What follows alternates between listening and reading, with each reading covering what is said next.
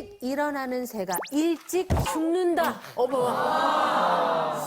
오랜만에 뭐 들고 나오니까 무리수를 던지고.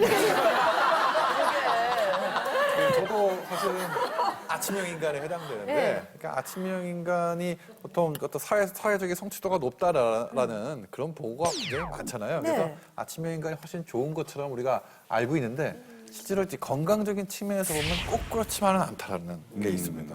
일본에서 연구를 했더니만 일찍 일어나는 사람일수록 심혈관계 질환들이 늘어난다는 거. 뭐냐면 뭐 동맥경화나 심장병이나 뇌졸중이 가능성이 또 커진다라는 겁니다. 잠깐만요. 저는 평생 아침에 일찍 일어나거든요. 오늘 새벽 5시에 일어나거든요. 나도 그래. 특히 그 아침에 6시 전후로 해서 다른 병들이 아니라 심근경색, 뇌졸중 이런 병들은 아침 6시에 많이 일어난다는 거예요. 심근경색 38%, 뇌졸중의 49%가 24시간 중에서 6시 전후에 그래요? 네, 몰려 있다는 겁니다. 그럼 뭐냐면 이제 아침에 이제 자면서 우리 몸이 쫙 이완돼 있습니다.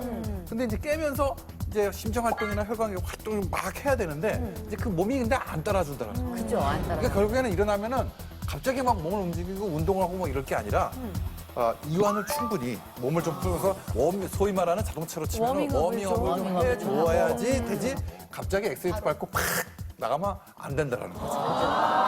워밍업 시간이 체질별로 다 다르다는 거죠. 그러니까 이렇게 이해하시면 편해요. 소민이라고 있어요. 많이 들어보셨을 건데 소민? 대표적인 그러니까 중이성 갈라자리닌 같은 경우에 체격이 마르고 작고 이런 기혈순환이 좀 늦는 사람들이 있어요.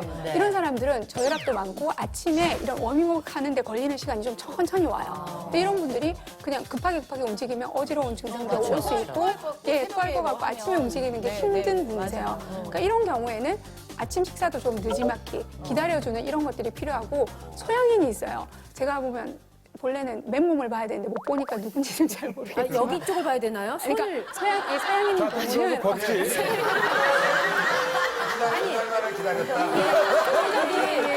신체적인 특징을 알려드리자면 서양인은 흉곽이 발달해요. 흉곽이 발달하고 하체 쪽은 약간 쓸쓸하죠. 저기 죄송하지만 조용기 씨가 대표적으로.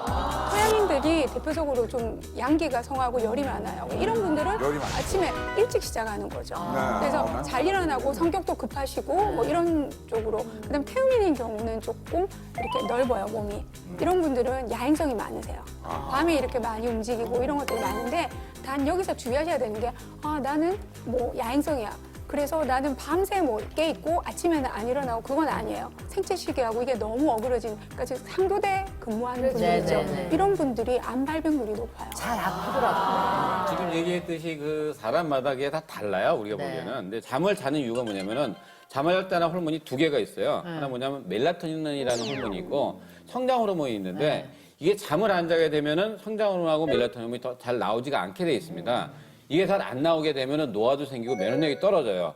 그래서 잠을 잘 때 제가 보기에는 언제 깨는 것도 중요하지만은 잠드는 시간이 중요해서 우리가 되도록이면 12시 전에 자라고 그래요. 11시에서 12시 전에 자고 자기가 잠을 얼마나 푹 깊이 숙면을 잘 취하게 되면 잠의 질이라고 그러잖아요.